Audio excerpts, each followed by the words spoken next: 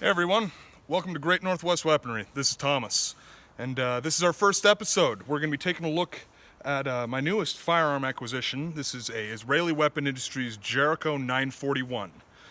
It's a gun that I've wanted for a while. I picked up a IWI Tavor some time back, and I always wanted to get the pistol to match it. So 941 is based on the same design as the CZ75, which is based on a Browning high power. It's a very nice gun. It's what the Israeli military uses, is actually something very close to this variant.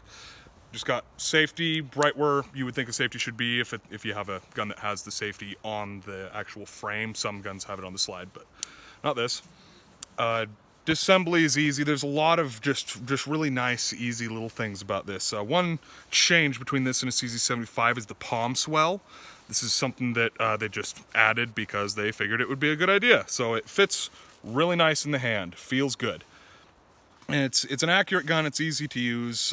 Sights are adjustable and fairly easy to exchange if you want a different gun. So let's go ahead and stick this thing on the tabletop and take a closer look. So if we're taking a closer look at this, see gun label right there, Jericho 941, Israeli Weapon Industries, or IWI. Grips are marked with IWI. As I pointed out earlier, your safety is right here. And if you're locked open, this is your release, or you can simply pull back on the slide again and it goes forward. So, like I said, this is based on the design of a CZ75. You can see that in a lot of places it shines through, namely in the internal rails. That is something that was a patent CZ75 update to the Browning high power design. This is a cold hammer forged barrel.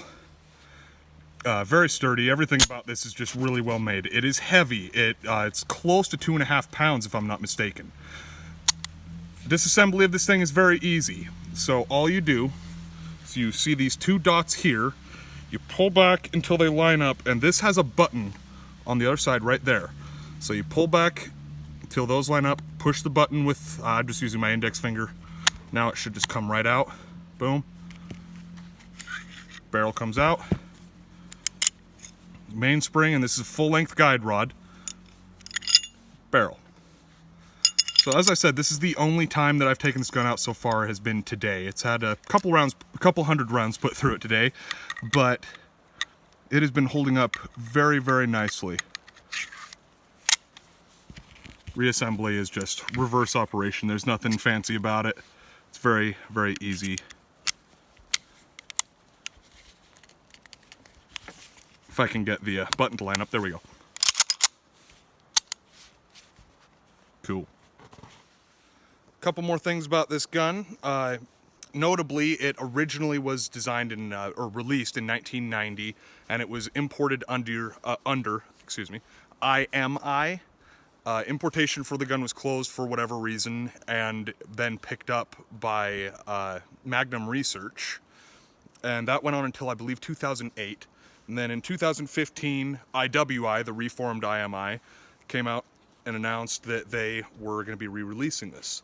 When this gun was developed under the Magnum Research label, they called it the Baby Eagle. This is in no way related to a Desert Eagle. As I'd already mentioned, it's based on a CZ75, which is based on a Browning high power. The Desert Eagle is more related to the design of a Beretta in that they're both derivatives of the Walther P38 design. Completely different functions in every way. There's really nothing similar, just this bit of a pivot at the end of the barrel here kind of makes one think of the design of the Desert Eagle, but that's about as far as that, and kind of trapezoidal profile of the gun. It's about all that makes you really think of a Desert Eagle in actual terms of relation. This gun does have a rail. I'll probably be getting a light and mounting it to this. And we're getting to a point that's starting to get a little dark out here, so let's go ahead and take a final magazine through the gun and then call it a wrap. These are 16 round mags, by the way.